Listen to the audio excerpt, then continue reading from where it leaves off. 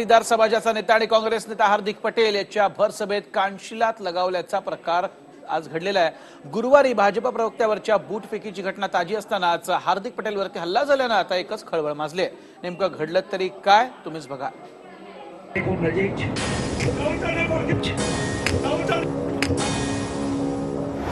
भर सभेत हार्दिक पटेलांना मारहाण।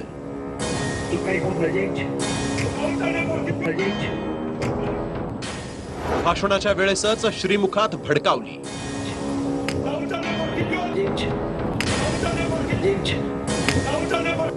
गुजरातच्या सुरेंद्रनगरमधील प्रकार।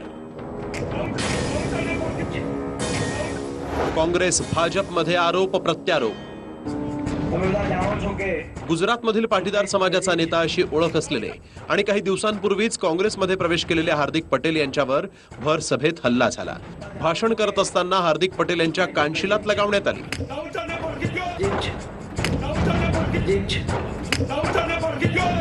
गुजरातच्या सुरेंद्रनगरमध्ये काँग्रेसतर्फे एका प्रचार सभेचं आयोजन करण्यात आलं होतं। बडवानमधील या सभेत हार्दिक पटेल यांचं भाषण सुरू होण्यापूर्वीच अचानक तरुण गुर्जर नावाचा एक व्यक्ती स्टेजवर चढला आणि हार्दिक यांना काही कळायच्या आतच त्यानं हार्दिक यांच्या कानशिलात लगावली।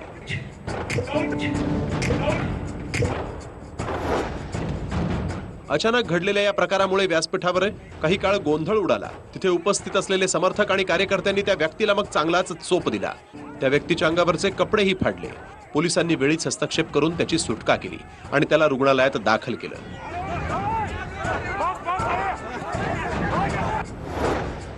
मारहाण करणाऱ्या व्यक्तीचं नाव तरुण गुर्जर असल्याचं समोर आलं। पाटीदार समाजाच्या आंदोलनाच्या वेळेस पत्नी गर्भवती होती आणि रुग्णालयात होती। त्यावेळेस अनेक समस्यांना तोंड द्यावं लागल्यामुळेच हार्दिक पटेलच्या कानशिलात लगावल्याचं तरुण गुर्जर यांना सांगितलंय।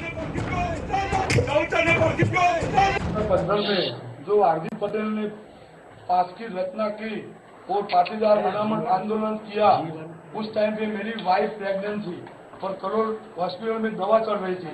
उस टाइम पे 2 बार में बहुत तकलीफ में आया था।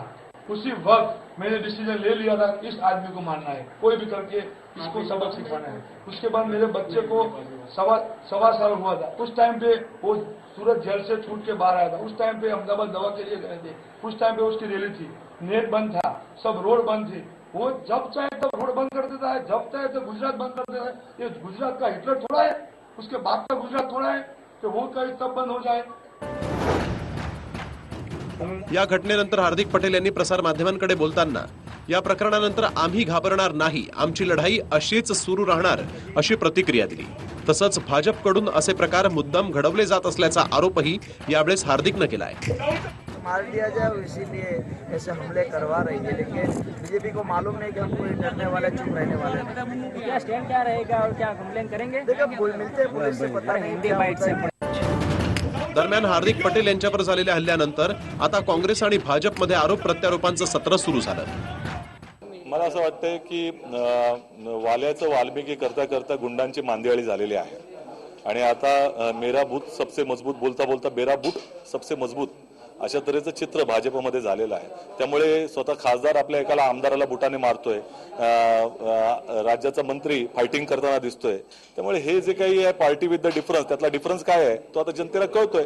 याचं मुख्य कारण असं आहे की काँग्रेस आणि त्यांचे जे डावे सहप्रवासी आहेत त्यांना आपलं जहाज बुडायला लागलं ह्याचा अनुभव यायला लागलाय आणि आपलं जहाज बुडत असताना त्याच्यातून जे नैराश्य, जे वैफल्य आहे त्याच्यामधून हे उद्योग चालू आहेत की कुठे ना कुठेतरी समाजामध्ये डिस्ट्रक्टिव्ह ऍक्टिव्हिटीज घडवत राहणं, समाजामध्ये गैरप्रकार घडवत राहणं, त्याच्यामधून दहशतीचं वातावरण पैदा करणं, हे सर्वजण एका सुनियोजित पद्धतीने, ज्याला अलीकडच्या काळामध्ये शहरी नक्षलवाद हा शब्द प्रचलित झाला, हे शहरी नक्षलवादाचं तंत्र आहे आणि या तंत्रातून हे उपजप केले जातात असा आमचा पक्का समज आहे। हार्दिक पटेल लोकसभा निवडणूक लढवणार होते। एवढंच नाही तर थेट नरेंद्र मोदींना आव्हान देण्याचीही त्यांची तयारी होती, पण कोर्टानं त्यावर बंदी घातल्यामुळे ते सक्रियपणे काँग्रेसचा प्रचार करतायत। त्यामुळे ऐन निवडणुकीत हा सर्व प्रकार घडल्यानं यावरून गुजरातमधील राजकारण पेटण्याची शक्यता निर्माण झाली आहे। शरद जाधवसह ब्युरो रिपोर्ट, TV9 मराठी। तर मागील 2 दिवसांमध्ये 2 राजकीय नेत्यांवरती हल्ल्याच्या घटना घडलेल्या आहेत. पण राजकीय नेत्यांवर हल्ले, बूटफेक, चप्पलफेकीचे प्रकार हे काही नवे नाहीयेत. थेट पंतप्रधानांपासून ते राज्याच्या मुख्यमंत्र्यांनाही असे प्रकार सहन करावे लागलेले आहेत. नेत्यांवरच्या हल्ल्याचा इतिहास आहे काय, जाणून घेऊयात या खास रिपोर्टमधून. पंतप्रधान ते अनेक मुख्यमंत्री, पक्षाध्यक्ष ते दिग्गज नेते, अनेकांवर घडले हल्ल्याचे प्रकार. नेत्यांवर हल्ला करणं फॅशन बनली. हे दृश्य आहेत नेत्यांवरच्या हल्ल्याची. मनमोहन सिंगांपासून ते अडवाणींपर्यंत आणि शरद पवारांपासून केजरीवालांपर्यंत अनेक दिग्गजांवर हल्ल्याच्या घटना घडत राहिल्या, ज्यामुळे मनातील राग किंवा नाराजी व्यक्त करण्यासाठी लोक कसे हातघाईवर येतात याचं दर्शन होत राहिलं. दिल्लीचे मुख्यमंत्री अरविंद केजरीवाल यांच्यावर सर्वाधिक वेळा हल्ल्याच्या घटना घडल्या. 28 मार्च 2014 रोजी हरियाणाच्या चरखी दादरीमध्ये अरविंद केजरीवाल यांच्यावर हल्ला झाला होता. एका रॅली दरम्यान त्यांच्यावर एका इस्मानं हल्ला केला. रॅली सुरू असतानाच त्यांच्या जवळ येत एका इस्मानं त्यांच्या कानशिलात लगावली होती. पण एवढं झाल्यानंतर त्यांनी सुरक्षा घ्यायला नकार दिला होता.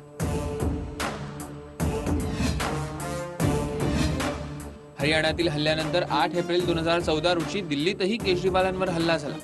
लोकसभा निवडणुकीचा प्रचार करत असताना दिल्लीत एका रिक्षा चालकानं केजरीवालांच्या कानशिलात लगावली होती. केजरीवाल यांच्या गाडीवर चढून लाली नावाच्या या रिक्षा चालकानं आधी त्यांच्या गळ्यात हार घातला आणि तात्काळ त्यांच्या कानशिलात लगावली. यानंतर केजरीवाल समर्थकांनी त्या रिक्षावाल्याला पकडलं, पण केजरीवाल यांनी त्याची सुटका केली. त्यानंतर 4 दिवसानंतरच त्यानं केजरीवाल यांची माफीही मागितली होती. 24 नोव्हेंबर 2009 मध्ये तत्कालीन केंद्रीय कृषी मंत्री यांच्यावर एका युवकानं हल्ला केला होता. दिल्लीच्या MDMC सेंटरमध्ये हरविंदर सिंह नावाच्या इस्मानं शरद पवारांच्या कानशिलात लगावली होती. महागाई आणि भ्रष्टाचाराविरोधात घोषणाबाजी करत या हल्लेखोरांना पवारांवर त्यांच्या जवळच्या कृपाणानं देखील हल्ल्याचा प्रयत्न केला होता. पण वेळीच सुरक्षा रक्षकांनी या इस्माला पकडल्यानं पुढचा धोका टळला.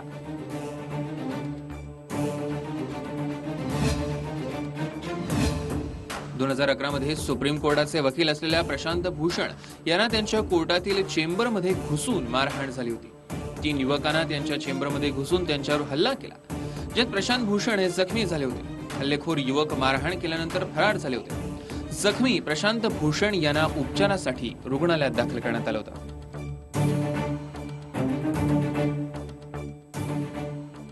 हे भाजप गुजरातमध्ये हारतंय हे स्पष्टपणे दिसू लागलेलं आहे. कुठेतरी या प्रकारे कानाखाली पोरं पाठवून एखादा बातमी करायची, याच्यातून स्पष्ट दिसू लागलेलं आहे की गुजरातमध्ये जे रिपोर्ट येत आहे 26 मध्ये जवळपास 12 जागेवर काँग्रेस जिंकते. कुठेतरी बातमी करण्यासाठी हा सगळं ते घडवून आणत आहे. आणि कितीही त्यांनी या प्रकारची घटना घडवून आणली, लोक भाजपला स्वीकारणार नाही. भाजप हरते हे दिसू लागलेलं आहे. देशातील सर्वात महत्वाचं पद अर्थातच पंतप्रधान पद. या पदावरील व्यक्तीही विकृताच्या बूट फेकीचे बळी आहेत. 26 एप्रिल 2009 मध्ये अहमदाबादमधील एका जाहीर सभेत तत्कालीन मनमोहन सिंग यांच्यावर 21 वर्षीय हितेश चव्हाण नावाच्या तरुणानं बूटफेक केली होती. सुदैवानं त्याचा बूट हा मनमोहन सिंग यांच्यापर्यंत पोहोचलाच नाही.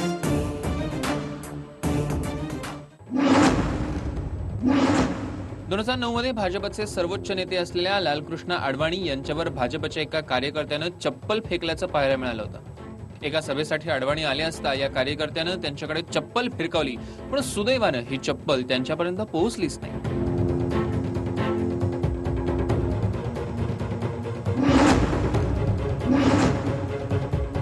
काँग्रेसचे आता अध्यक्ष राहुल गांधी यांनाही बूटफेकीचा सामना करावा लागलाय.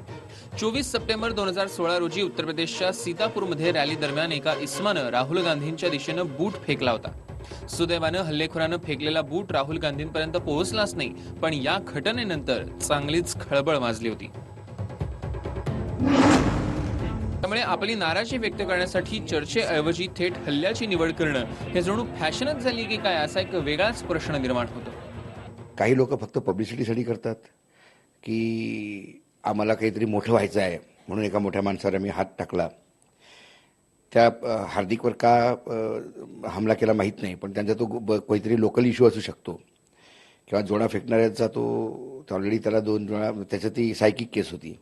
त्याच्या अगोदर एका सरदारांवर झालेल्या हत्याकांडावर काँग्रेस चूप आहे म्हणून त्यांनी चिदंबरमवर जोडा फेकला होता सरदारनी, आणि मग त्यानंतर तो MLA झाला. ह्या अशा बऱ्याच गोष्टी असतात. शरद पवारवर हमला का केला हे कोणालाही कळलं नाही. त्याच्या पाठीमागं काय असू शकतं. काही ठिकाणी तुमची सभा उधळायची असते म्हणून असे हमले करून घेतात. काही ठिकाणी पण काही ना काही याला कारण असतं. एकंदरीतच नेत्यांवरच्या हल्ल्याच्या या घटना लोकांमधील वाढती आक्रमकता स्पष्ट करतात.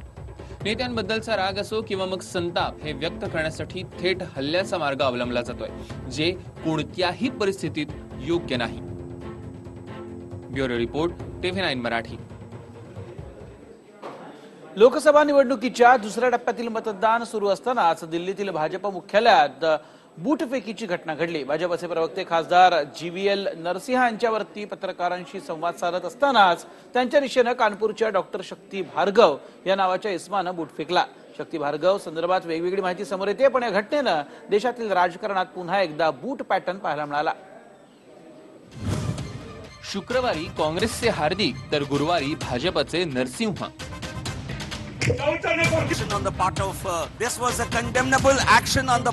भाजप मुख्यालयात GVL नरसिंहांवर बूटफेक.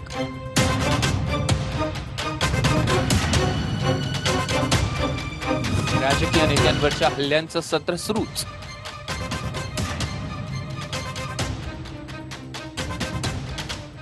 बूटफेक्या शक्ती भार्गव बद्दलची नवी माहिती उघड.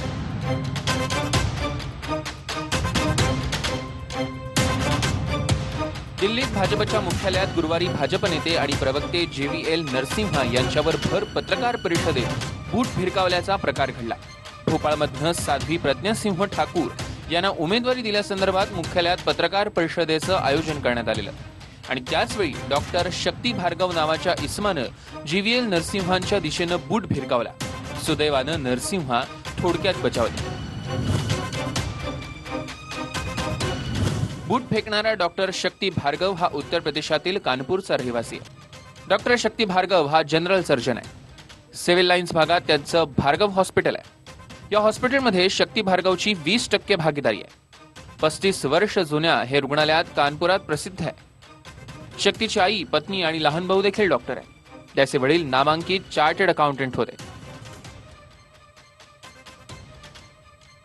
डॉक्टर शक्ती भार्गव बिल्डरही आहे. त्यानं 2018 मध्ये 11,50,00,000 रुपये किमतीत 3 बंगले विकत घेतले होते. पण असं असतानाही शक्ती भार्गवनं पत्नीच्या नावानं शहरातील इतर व्यावसायिकांची तक्रार आयकर विभाग, CBI आणि सुप्रीम कोर्टालाही केली, आणि त्याचा डाव त्याच्यावर उलटला. कारण 30 नोव्हेंबर 2018 रोजी प्राप्तिकर विभागानं त्याच्याच घरावर छापे मारले, पण पोलीस मात्र याविषयी बोलायला तयार नाही. ये हम आपको इंटेरोगेशन और उसके बाद वेरिफिकेशन के बाद ही बता पाएंगे. बात हो पाई, बताया कि ऐसा क्यों किया? अभी इनिशियल स्टेज पे हम कुछ भी नहीं कमेंट कर पाएंगे. एक बार हमें इंटेरोगेशन करने दो, उसके बाद ही हम बता पाएंगे. सीसीटीवी फुटेज भी कुछ देखा गया? वो एक्चुअली हमारे अभी टच में नहीं है, पर हम कर लेंगे बात, फिर ही हम आपको कमेंट कर पाएंगे. बताइए वो कहाँ से आज बता रहे हैं, कानपुर प्रोफाइल बता रहे हैं कि शक्ति भार्गव. वही मैं कह रहा है कि वो क्या अपने क्लेम कर रहा है. वो क्लेम ये भी कर रहा है कि वो कानपुर से, लेकिन जब तक हम पूरा वेरीफाई नहीं कर लेते तब तक हम कुछ कमेंट नहीं कर पाएंगे.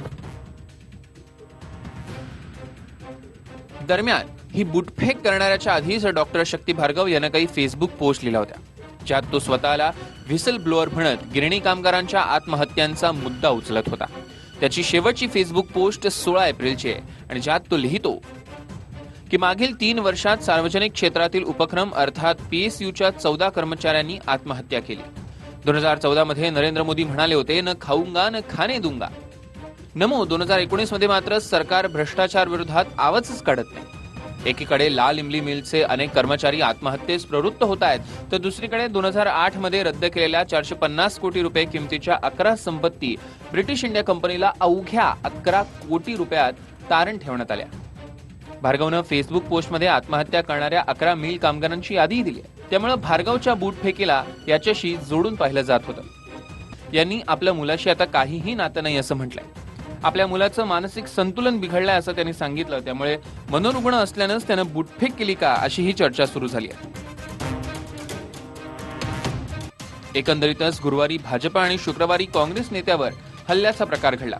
भाजप प्रवक्ते GVL नरसिंह यांच्यावरच्या बूटफेकीची चर्चा सुरू असताना दुसऱ्याच दिवशी गुजरातचे पाटीदार आंदोलनाचे नेते आणि सध्या काँग्रेसवासी झालेल्या हार्दिक पटेलांच्या कानशिलात लगावण्यात आली. त्यामुळे ऐन निवडणुकीत घडलेल्या या घटनांमुळे राजकारणही पेटण्याची शक्यता आहे. शरद जाधवसह ब्युरो रिपोर्ट TV9 मराठी. हा व्हिडिओ तुम्हाला आवडला असेल तर असे आणखी व्हिडिओ पाहण्यासाठी TV9चं YouTube चॅनल सबस्क्राईब करा, बेल बटण दाबा. ताज्या घडामोडींसाठी लॉग ऑन करा TV9marathi.com.